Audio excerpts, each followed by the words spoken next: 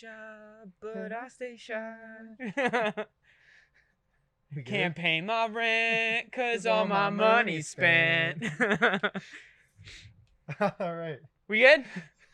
All right, cool. What's up, guys?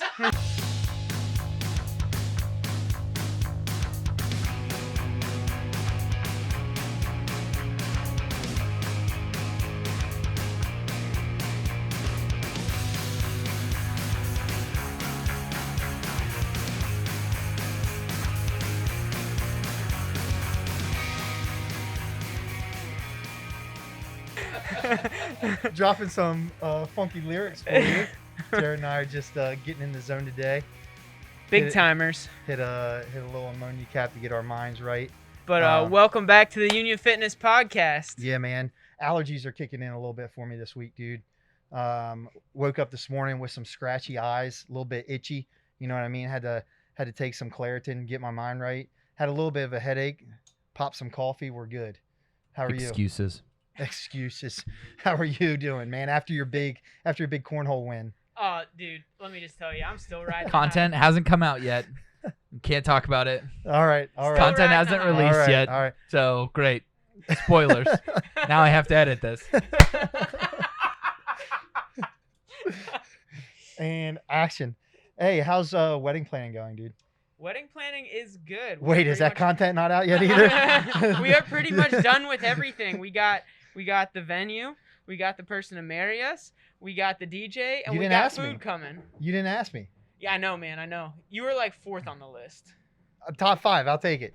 That's how I live. That's how I have lived my life up to this point. My life, you know what I mean? Top 5. Top 5. Yeah. No, it's an exciting thing. I'm coming up on my 1-year anniversary, dude. Oh dang. Already. When is it? May 30th. Oh snap. Were you just trying to test me? Yeah. Live? See if I stuttered at all? Yeah. No, May 30th. Be 1 year, and it's crazy because like it seems like it's gone by so fast, but so much has happened in that time. Think about what we were doing a year ago. I don't know. It feels like this is a year that never happened. So. Right. Like we weren't even training that much. We were sitting at home. Pretty sure it snowed. Well, it snowed like a week or two ago. But anyway. I'm pretty sure it snowed. Yeah. Blanket statement. It was snowing pollen last week. Like the snow was coming down on my hood, melting, and then there was pollen there. Wild. Pittsburgh. But anyway.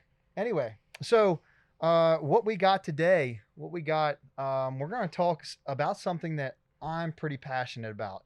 It's part of what, something that my dad really instilled in me from a very young age. And I'm sure your family did as well. And it's paying your dues. All right. That's kind of like the cliche saying for it, but it really comes down to doing hard work, sometimes doing that hard work and not getting anything in return, but knowing that it's going to lead to something bigger and better for you and your goals. Right. So, I think in one way or another, we've probably all experienced this, hopefully, and not even realized at the time until we've achieved something, and then take a second and look back and you're like, holy crap, I was doing a lot right then to get to where I am now. And it's cool to appreciate it when it's happening, but it's not necessary. So like, with PT school, I'm sure you did a lot of that. Like, I'm sure you did a lot of internships and volunteering and learning from different people and mentors, and not expecting a lot out of it at the time, except just for the knowledge and the experience, right? Yeah, I mean, you have to go through. Anybody who's earned a degree in college, like that you really, wanted and had to work for, you pay your dues. You take classes that you aren't necessarily interested in. You take really difficult classes you might be interested in, but the work is ridiculous. You're putting hours and hours of studying in just to pass an exam to get your degree, right? And I mean, PT school is the same. You have to put hours of studying in, and then you're studying for, your class exams, your practicals, and then you got to study for your licensure exam at the end, which is a whole thing. And like even that, it's like a standardized test kind of, and you really got to put the work in for it. And this is all just to get your foot in the door. And this is just this is not even to guarantee anything. It's just the start. You know what I mean? Yeah. Like that's, and you can't come out of that situation expecting like, I'm the man, I'm taking on whatever I'm going to have all this opportunity just come to me. That's where it starts. That's where like the work starts, right? Now, Yeah. like, I don't think I've ever asked you how you got to your job where you're at now. Like, did the stars align? And like there was an opening, or like did you have connections? So I had no connections with the company I'm working with. What actually happened was I was applying. So I passed my exam and was licensed in January, and I didn't start working until March. So I had 2 months where every single day I was calling every PT place I knew to see if they had openings. I had exhausted the job board. Like I was every single day putting in applications to the point where like all I had to do was like refresh the Google page, see if business or Right. like within 50 miles of the Right. city, and I'd get callbacks here and there and go do interviews. I love interviewing, by the way. I don't know what it is. Do you But, like the pressure? I just Yeah. I don't know. I think I just like talking to people. I don't know. Sure. I love the interview process though. But anyway, so I would have interviews. I got offered a couple home health positions, but I had a car that wasn't exactly reliable, so home health was out of the question. What'd you drive, dude? So I had this 2003 Honda Accord, which apparently had nothing wrong with it. Okay. Okay. Yeah. And the check engine light was always on. There was always something going on, and nobody could diagnose it. Yeah. And eventually, like, it just crapped the bed. So that's It just hard. died. Like I find that hard to believe. I just got flustered right there. Did you see me hit the mic? Because Hondas usually last forever. And nobody knew what was wrong. I took Forever. it to family friends. I took it to like people would like recommend other garages to be like, this guy's really good. I know I can't fix it, but this guy can. And that guy would be like, I don't know, man, check this guy out. At 8 different people. That Accord And, was tired of paying its dues. Is yeah, what it was. eventually like 2 of the cylinders just stopped working. And Rest in it peace. Yeah, it was Rest a in mess. peace. But anyway, so I didn't have a reliable car, and then I saw a job opening for a company called the PT Group, and I applied and got an interview with the owner and got the job. But it took me 2 months of doing stuff every single day. Yeah. I probably redid my resume 10,017 Right. times. You think it's not good enough, so you're just Oh like, my God, I was like, what's going on? I Yeah. can't land anything. Now you're like, you still have a little bit of a drive to get to work, right? It's only 30 minutes. Okay, 30 to some people, that's a lot. You know what I mean? Well, Like, so for one of my rotations, I did a rotation in Washington, D.C. My mom lives in Baltimore. Mhm. So I think it's like a 26-mile drive. Nothing. Mhm. It was 2 hours one way because Right. of D.C. traffic. So I'd have to get up at 4 in the morning to get my breakfast together, like pack lunch, eat, and then I had to leave at exactly what time did I have to? I had to leave at exactly 5 a.m. For every minute I left later than 5 a.m., I Oh, was yeah. 5 minutes Yeah. late, right? yeah. So if you leave 3 minutes late, you're 15 minutes late to work. Right. If you leave 10 minutes late, you might as well just call off. Yeah. Like, it was a mess. So Right. DC traffic is no joke. So 2 hours one way to get there. And then I'd go through the whole day. It was at an assisted living facility. I'd go through the whole Mhm. day there. And then it was like 2 hours coming home too, because it was the same people Yeah. coming back. Yeah, you're like So- waving to people like, Like hey, I what's knew up? my people. They were, Yeah. you know the stickers on their car. You waved them in the morning. Like Yeah. you just, I don't know, you figure it out. But yeah, so I'd spend 4 hours every day in the car, Monday through Friday, just for my one. It was a 12-week rotation, Yeah. just to drive 25 miles. It was absurd. That's crazy, right? It was And I mean, absurd. like, okay, fast forward, even now, for any of you who don't know, if you've been living under a rock, Jared opens the gym 3 days a week here at Union Fitness. And so I'll be driving to work some days. And these are on your off days, not the days like you open the gym, but your days in between. Mhm. This dude will be up walking his dog. Like Tuesday morning, I'm coming into work at like 5:30, 6 o'clock. He's out walking his dog, right? Mhm. And then so comes here, opens a gym at 5 a.m., works here till 7 or a little after, and then drives 30 minutes to go to work every day to change lives. So like in the story before that, that's what we talk about when we say paying your dues. You know what I mean? Like, and you're not done. You're still doing it. I wish but- I was done. Right. But you don't. I think deep down No, you you don't. You don't wish that, because you know that the payoff is going to be that much sweeter. We're never really finished. It's just like a consistent act of doing. You know what I mean? Yeah. For anybody who is really passionate about what they do and their success, it's what you got to do. Yeah, you just put the work in. Yeah. I mean that even translates to like obviously what you do in the gym here, you Mhm. know? Like talk about a little bit how you paid your dues to get what you are. For lifting? For your job and then for lifting. All right. Cuz you got a lot for both. All right. We'll start with lifting first. So the gym where I used to work back home in Maryland, I was very busy as a personal trainer. We'll start from this point. I was training typically from 6 or 7 a.m., pretty much most days straight through to about 6 p.m. Some days I would have the client like cancel and it would give me an hour break. But for the most part, they were 50-minute sessions and I would get 10 minutes in between each client to go to the bathroom or eat or whatever it was. On my busy days, it was 12 training sessions straight through 12 different people. And this was at the time where I had hired Casey Williams as a coach and I was like, I'm ready to. Oh, so you're like training seriously at this point too. Oh yeah, this is when I seriously decided throughout my job that I wanted to be the best powerlifter I could be. And I hired him. So I was completely dedicated to that, but I also had all these clients I had to take care of. So I was working 6 a.m. to 6 p.m. And then my gym, it was hard for me to train there because I was the only competitive powerlifter. So it was hard for me to mentally train there, but also I was worried about what my clients and what my members thought while I was training. You know what I mean? Yeah. Like there wasn't a lot of strength training going on. There were a couple of us, but for the most part, it's older people or people that, general pop people that just want to get in shape, feel better. And I did not like looking like an outcast. I wanted to always be professional. So some days if I had to, I would train there, but most days the closest gym that had powerlifting equipment was an hour away. So at the time I was living with my parents still. And I was driving 30 minutes to my job and then I would work and then I drove an hour down to Salisbury, Maryland to the gym down there, Iron Strong. And they had a monolift, deadlift platform, squat bar, deadlift bar. I would train for 2 to 3 hours and 4 times a week. And then I would drive an hour back home. And, by the time I would get home, it was like 9:30, 10 o'clock. In the morning and you had to see your first client. Right. It was like 9:30, 10 o'clock at night. I would, shovel a meal down, get a shower and then go to bed. And luckily my wife, would take care of the house and my food, bless her. And, I did it. I told myself it's what I had to do. Right. Like I just gave myself no option.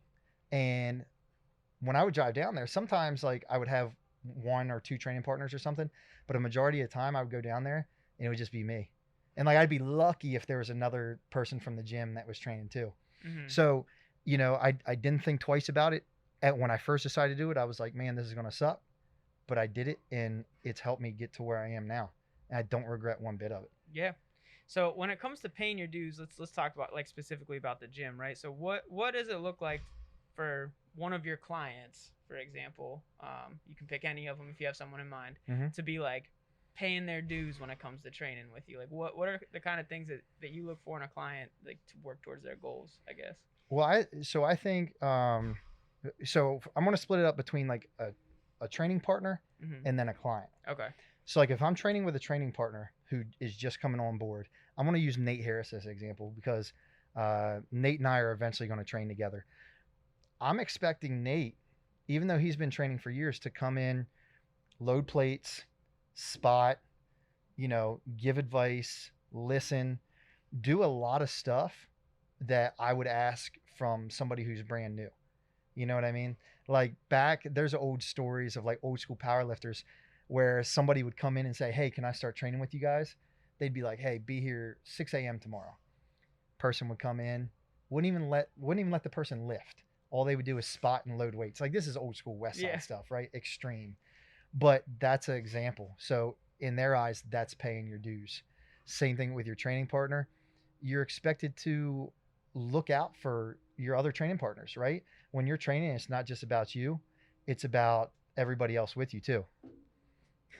You're good. No, we're good. Okay, cool. Yeah, we're good. All right. So that right there is paying your dues as a training partner. Paying your dues as a client is coming in day after day even when you're not feeling good and showing up and just putting your head down and working, asking questions, not necessarily arguing, asking questions if you're unsure of something, definitely, but not disagreeing, buying into the system, trusting your trainer, your coach. And even on those days or weeks or months where you don't see a lot of progress, continuing to work and trusting the system, You right? gotta just plug away at it. Plug away, Like, and understanding that this stuff takes time, and it's going to take sometimes up to years before you see and before you achieve these goals that you're looking for. heck yeah. You know what I mean? Heck yeah. It's giving a lot up front for not a lot in return initially. Yeah, yeah. You know? The instant gratification thing doesn't work when you have like big goals in mind. Yeah. Like one of my goals, right? Like I want to deadlift 700 pounds real bad, right? It's been a goal for a while, and like, I mean, every like rep, like I come in, I don't miss a rep, right? Like coach programs, I'll have these annoying like blocks where we do all this like extra volume stuff, Right. and it's just like all I want to do is just grab something heavy and yank it off the floor, but that's not always what's best for me at the time. So I gotta come in, I gotta do my warm up, I gotta do all the stuff I don't necessarily want to do with like the rep work, build my base a little stronger, and then the next cycle, well, maybe go a little heavy or something, but we're focusing on my bench press because it's still a 3 lift thing. Of course. So I got to put the work in for that while I'm also coming in doing the the relatively boring stuff to get my deadlift better. And then what happens is when I first started powerlifting, my best, like I pulled 500 pounds at my first meet, and to kick off the year I doubled 635. So like paying your dues really, I mean, That's it pays years. off, right? You and know it's what I mean? been 4 years, I think, since I started lifting. Yeah. But it pays off. Like I'm getting closer. It does. And you just grind away at it. I do have a good example. One of my clients who I coach, his name's Scott, and I've never been with Scott in person when he trains, but Scott did a 1 rep max squat, kind of like a test, back in November, I believe, October or November, and we realized that he had some imbalances. He had some shifting going on, right? So what we did, attacked those weaknesses. Said, all right, it's going to be a while before we really kind of test and do a 1 rep max. Yeah. But we're going to do rep work. We're going to do different variations to attack your weaknesses. And he tracks every single one of his workouts through an app. And he, based off of his reps, his weight, yada, yada. And he showed it to me the other day. Back in November, he had, I want to say like a 425 pound squat max, right? Back in November. And we didn't retest up until last week. And I didn't even set it up as a test. It was just, hey, I want you to work up to RP 8, something that for a fact you can hit for at least 2 more reps safely with good form. It ended up being a 25 pound PR. Oh my God. That's awesome. It ended up being a 25 pound PR. Good for him. And all we did along the way were different variations, adjusting his mindset, his approach to lifting, and his weak points. And just like that. And he bought into the system. He never questioned anything. He never argued. He showed up and worked every single day. And it's in his garage by himself. That's the crazy part. He doesn't have training partners. He just goes down there 4 days a week, trains hard, gets after it, believes in what we tell him to do, and good stuff happens. You know what I mean? Like, you wonder what the outcome, how it would have been different if he would have kind of fought back a little bit. You know what I mean? Or, man, like, why are we doing this? Or he doesn't put the work in. He doesn't like it, so he doesn't do it, or he does a little bit less, or And the same thing can be said with what you're doing in life too. You know what I mean? It's the exact same. And quick story. Last week I have a friend coming up who's getting married in 2 weeks. I don't know if I told you this, but long story short, the suit situation for the groomsmen was a little messed up, partially on me, partially on the company we were getting the suits from. Anyway, I decided I got to make it right. I'm going to go buy a suit that as closely matches the suits that we're going to be wearing as possible. So went downtown here in Pittsburgh, talked to a guy. He said, look, these are the different levels of suits we have to offer. All right. This is the price for the lowest. This is level 2, 3, 4. I was like, all right. I've had 3 suits in my entire life. We wear pajamas to work. Like, you know what I mean? Like I could have been wearing this for the past 3 days and you guys wouldn't even know. You know what I mean? Fair. So I don't need suits, but when there's an occasion, I like putting a suit on This guy, he wears a suit, different suit for probably every day of the month, and he sells suits to people who wear suits all the time.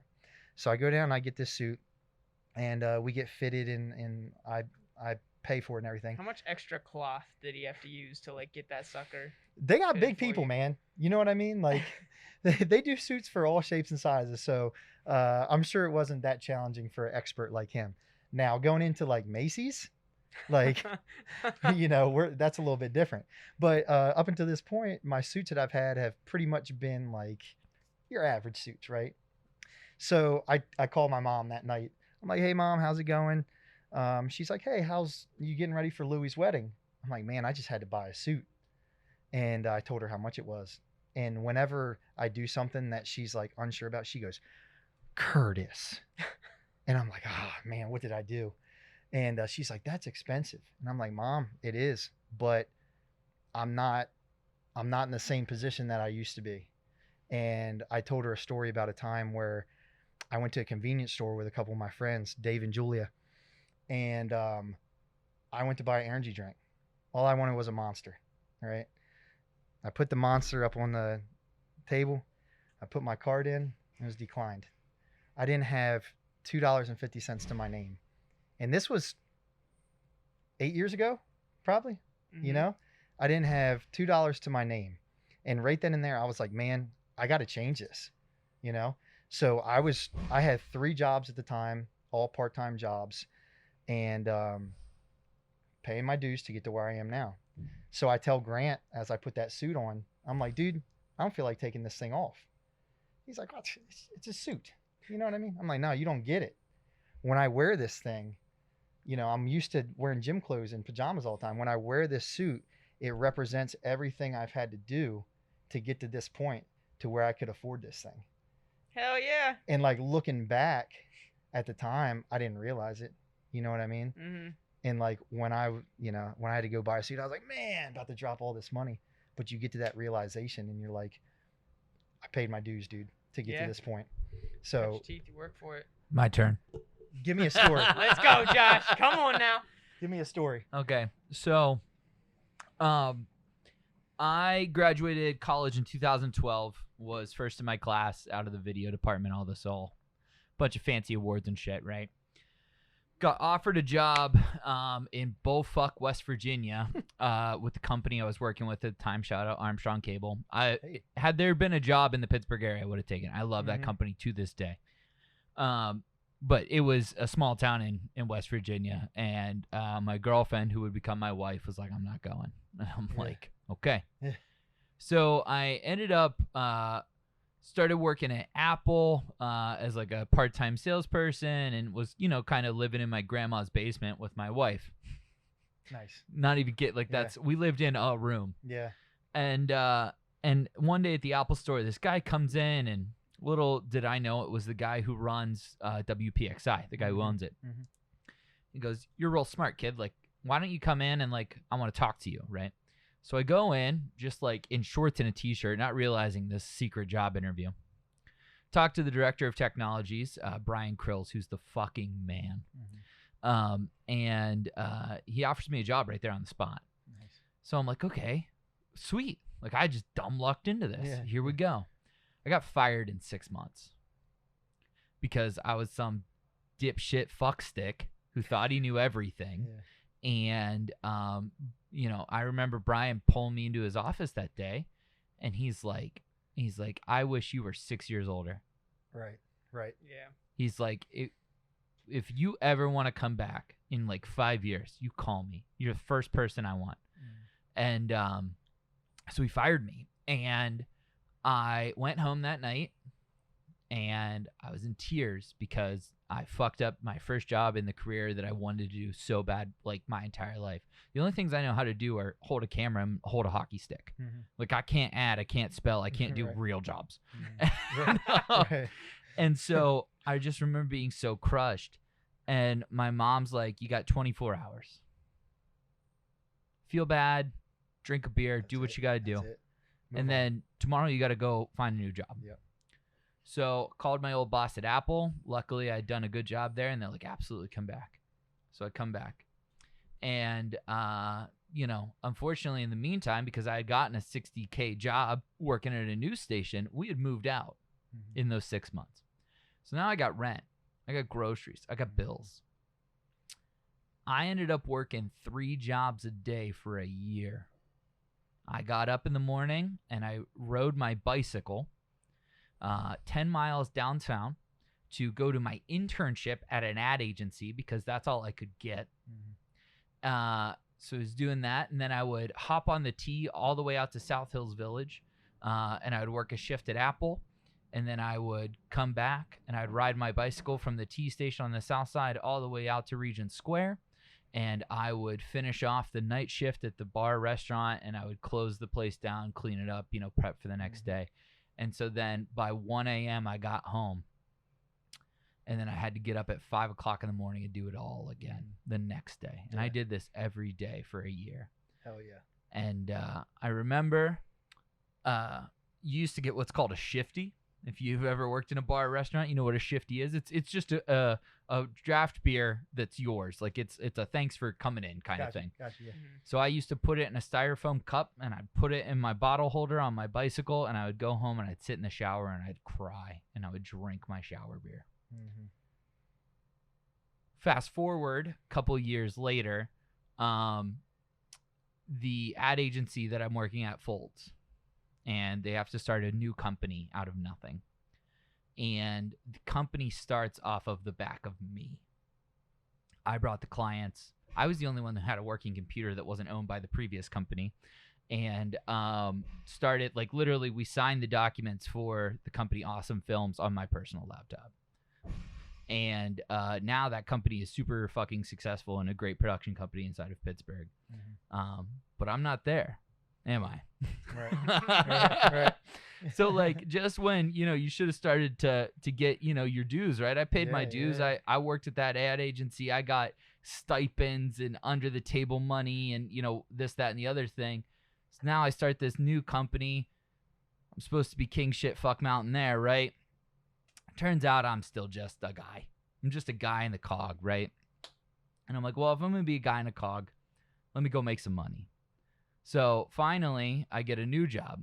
This new job is with this big Fortune 500 company I work at now, where right again, I'm the third man on the fucking totem pole, right? So, like, you're never done. No. You're never done.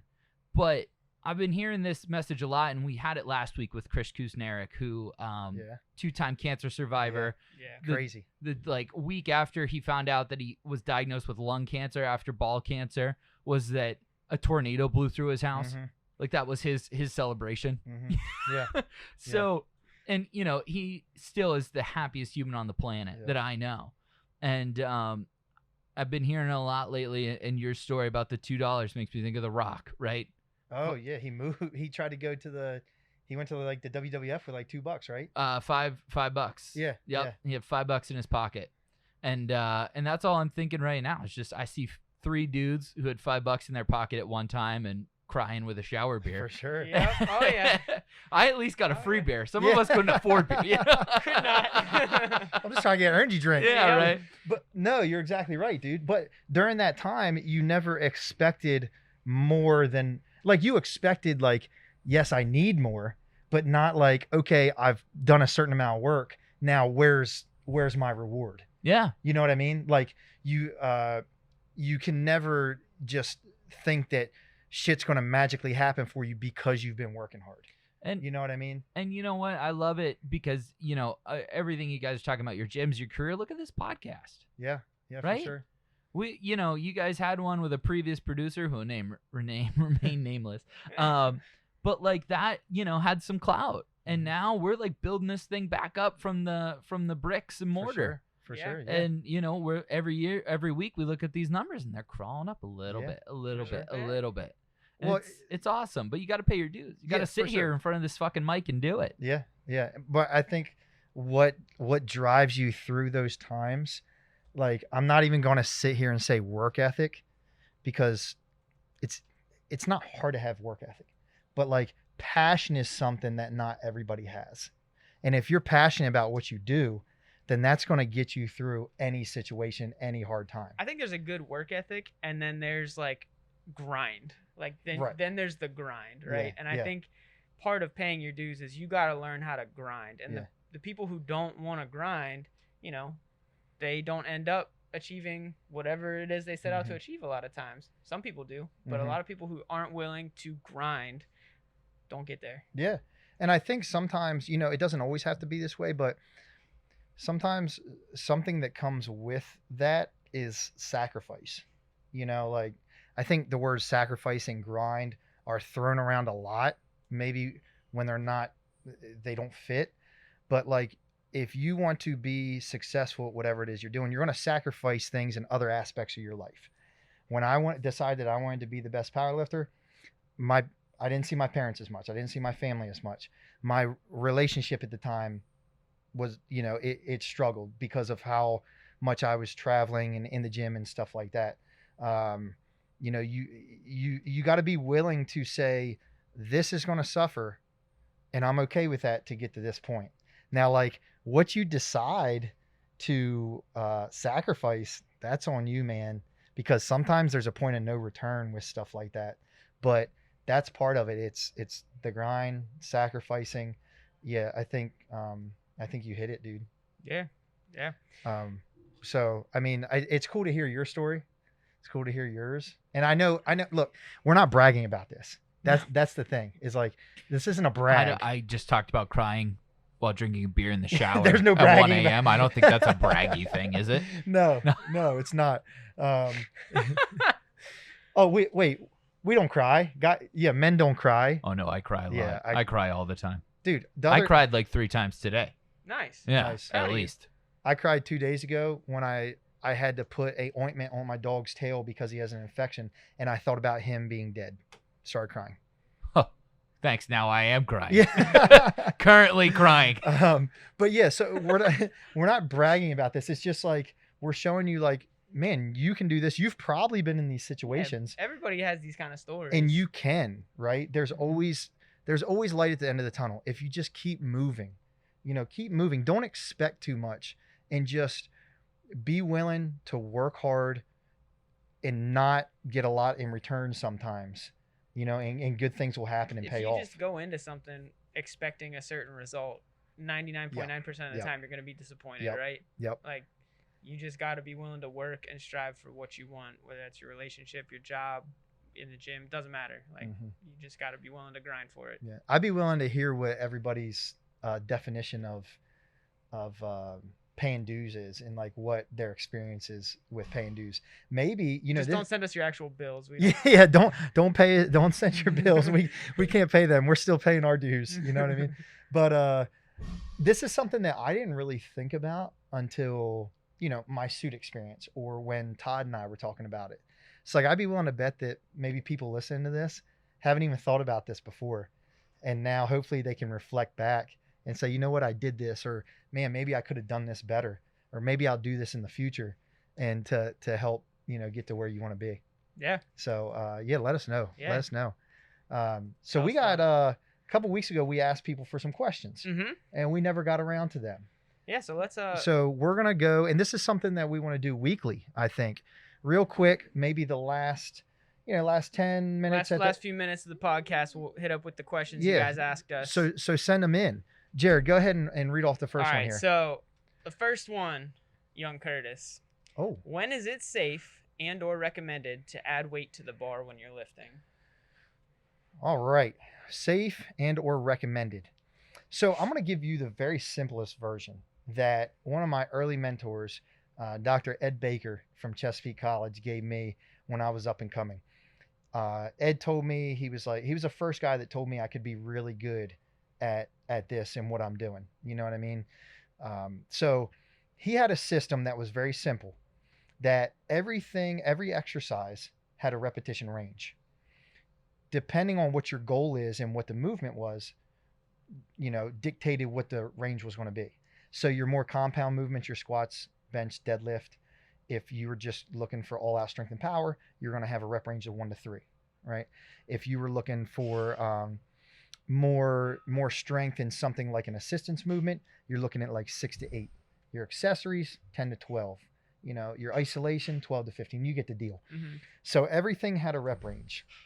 Now, his theory was very simple for beginners, that when you were able to complete all of your sets, all of your prescribed sets at the top end of that repetition range, then you were able to move up 5 to 10 pounds depending on what the movement was the next week. The simplest form of progression, right? So let's say I'm doing a bench press and my repetition range, I want to get stronger, but I'm not worried about all out strength and power. I'm going to set a rep range of 6 to 8 reps. All right. First week I come in and the weight's 135. I can only get it for 6 reps for all of my sets. Next week when I come in, I'm going to take 135 again and shoot for at least one more rep. Let's say I set 7 reps. Guess what? When I come in next week, I'm still taking 135. And if I can hit all my sets for 8 reps, then next week I'm going to reset my weight 5 or 10 pounds higher and then restart that rep range again. Now, that worked for me for a long, long time. The thing with that is you have to have a good understanding of movement and a good understanding of what quality form is before you really start pushing it. Yeah. Because some days, even though you're doing like those 6 to 8 reps, you're pushing your own intensity very high. You may be up into close to 95 to 100% of that repetition max when you're doing these exercises. So if you're not careful, you can increase the risk of injury. But I think that method works very good for accessory movements. You know what I mean? So- Isolation exercises. So kind of going off of that a little bit, if I'm maxing out, like I want to hit like a max. Okay. When would you recommend that I can continue to add weight to the bar, and when do you cut me off? Let's say I'm squatting, for example. Mm-hmm. I think when, and I haven't failed yet. Yeah. If you're training alone, I think that's tough. That's something that comes with experience. If you're training with other people, it's when they say, and hopefully they have your best interest in mind, it's when they say so from what they see. But for you, I mean, that's tough in my opinion, because it is very individualized. I don't know. What would you say? I mean, I think I normally cut people off when it gets like grindy and they start to look a little questionable with like Sure. form. But how do you tell somebody that if they're training on their own? Go over and tell them. Yeah. Because I don't Well, want to pick their but body that's up why off I'm like, the floor. What if? Yeah. So okay. Yes. So if we have I knew what you access, meant. I was just being a if we smart- have access to them, yeah, we're gonna let them know. But if this is somebody that doesn't video any of their stuff, doesn't send it to anybody, they're just in the basement getting after it.